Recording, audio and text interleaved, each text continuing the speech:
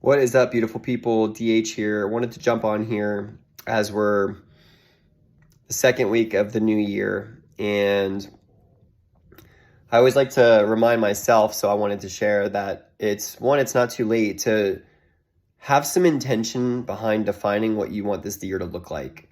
Even if it was like in a meditation for 10 minutes where your main intention was to bring in good energy and visualize the most optimal experience for your physical life here on earth. What I am feeling and noticing and experiencing and hearing from, I wouldn't say the collective, but just the people that I'm interacting with, is there's a lot coming up for a lot of people. And this actually happens regardless if it's New Year's. But it does happen heavily at New Year's because people reevaluate and evaluate and define what they want to change or what they want to get rid of or what they want to evolve in and what they want to let go of and who they want to become. And each year we're one step closer to dying, like our physical body is aging. And so we start feeling that narrowing of the lens. And so the main things always come up around New Year's when we look at our life. We look at our career and our purpose. Are they in alignment? Are they coexisting? Are they radically different things? So we need to look at those. And sometimes it's just expressing it. It's not about looking for the answer. It's just allowing ourselves to have an intention and to be open and then to express and then just trust. That's faith, right? You're just letting go and you're trusting. Right. And then hopefully you want it to be like riding a bike. You don't really forget how to ride a bike. Once you know it, you know it. So that's one of the things, the career and your purpose and your life's work.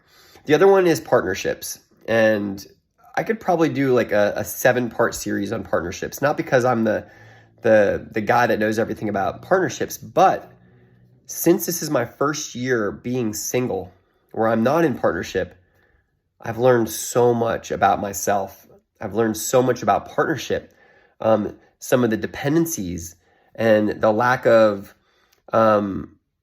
sovereignty, the lack of like equality, the lack of personal time or alone time, choosing that. That's an act of selflessness, and people may justify it and claim it to be selfish, but it's not. Partnerships, a lot is coming up. If you've been in partnership for a long time, you've learned the process of being with this person. A lot of people also sacrifice and compromise themselves in the next phase of their journey to stay in a partnership that is broken. It's no longer going to offer what it did maybe in the beginning. And that's not a failure. I feel that I used to have this strong judgment about divorce. That it was like, I don't even know how there's an option. Why is there even a box?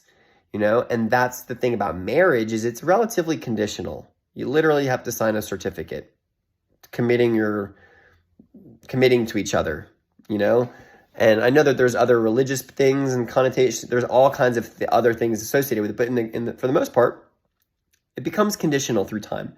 So how do you evolve with it, right? Each person has to evolve individually. They have to choose that they're going to evolve individually. Sometimes when you're evolving naturally, you're doing the inner work and you're finding who you are, your purpose, and finding your alignment. You may be doing it at a different trajectory as the person that you're with. And so then there can be a little bit of a competition. There can be an energetic divide between you and that person. And the other person may feel fear. I know a lot of men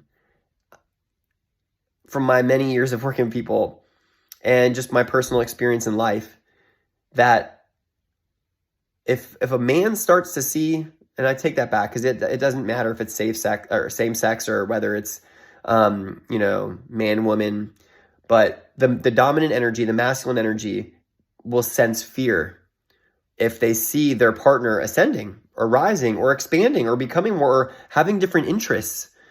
And if your partner is your live all be all that does everything, they're your business partner, they're your lover, they're the mother of your children or the father of your children, your best friend, it's like all your eggs are in one basket in some ways. And so you're missing everything that's on the other side.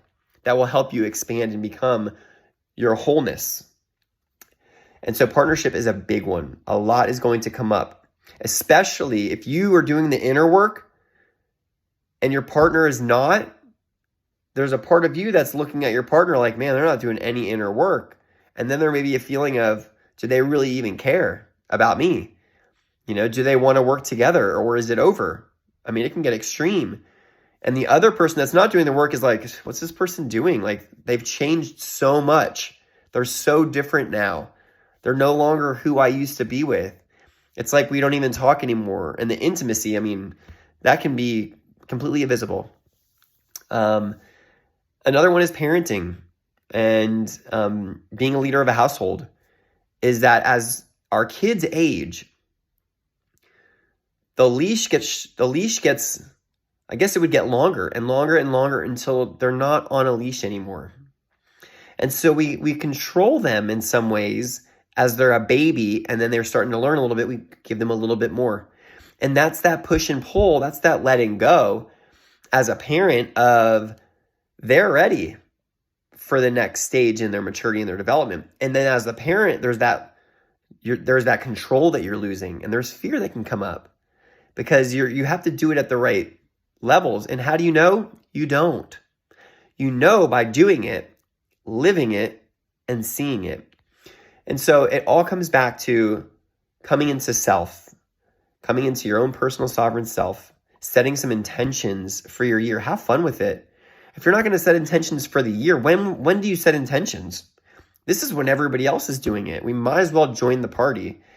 And that's self-love. That's starting to have alone time, is to sit with a journal, say, you know what? I think I'm just going to write some things out for this year and see what happens. What's really cool about the writing part and the reading it after, it's subconsciously stored in you.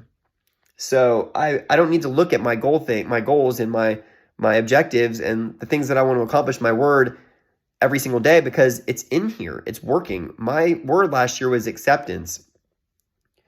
And boy, did I learn acceptance and surrender. And boy, did I mature and grow. And I feel so much stronger in my footing. Whereas I just felt like I was walking on quicksand, And for me, my main catalyst was not being in partnership. And so I just experienced my first holiday in like 18 years with no partner. And it's pretty beautiful. It was pretty beautiful to have some level of reflection on codependence and growth and expansion and who am I to be in this next phase, this next chapter. And that catapulted me into sitting alone with a glass of wine and some music and tuning out everything and writing on a piece of paper. And so just be aware. Things are going to come up. Lots of things are going to come up.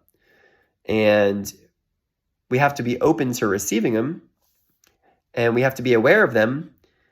And then we have to gain acceptance in them, because many of them we cannot control. That's another thing about letting go, is like we can't control anybody outside of us. And as we learn that acceptance and we really start pouring into ourselves, we start flushing out a lot of the stuff that we don't need.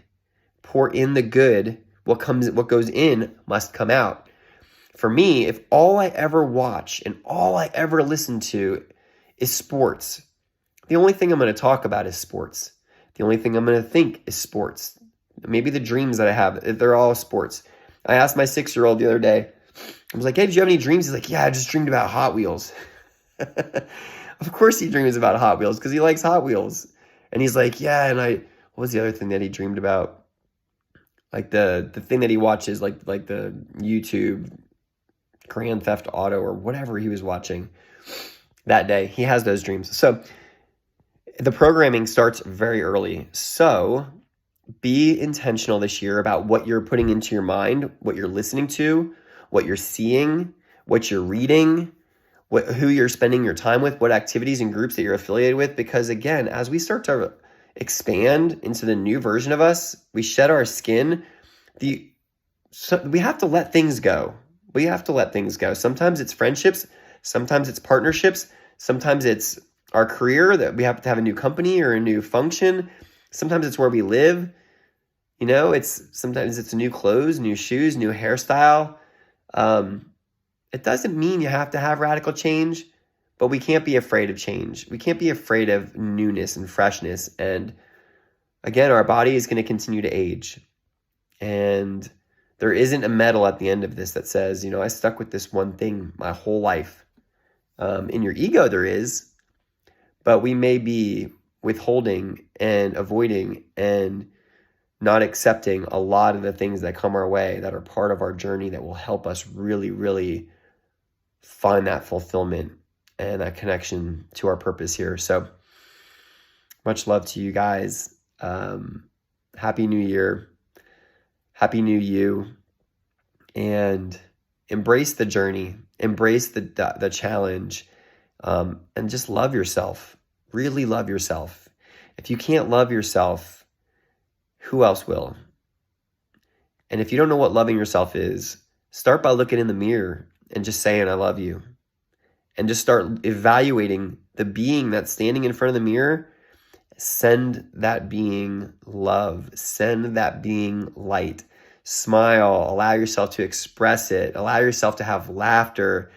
And start honoring all of your body. Physical, emotional, spiritual. Start loving all of your body. I tell friends and people that I'm coaching is to give yourself a massage. Like an intentional massage, like where you just rub your shoulders, but then also like rub your arms, your forearms, get around your knees. The things that your joints start getting really tight and as you age and you're constricted, if you work at a desk, it's like we got to be able to do those, because if we can't find the ways to heal ourselves and serve ourselves, we're constantly needing somebody else to do it for us. We're constantly looking outside for the solution when the solutions are already pre-programmed within us. I love how Wayne Dyer talks about it all the time. He's like, he talks about like the treeness in an acorn. Like that acorn falls, but the treeness is already within it. It's going to end up growing and becoming this huge tree, but in this little tiny acorn, it's already within it. And that's very much how we are. So much love to everybody. Signing off. Let me know if you have any questions or if I can help guide you in any type of way. But many blessings for you in this journey. Peace.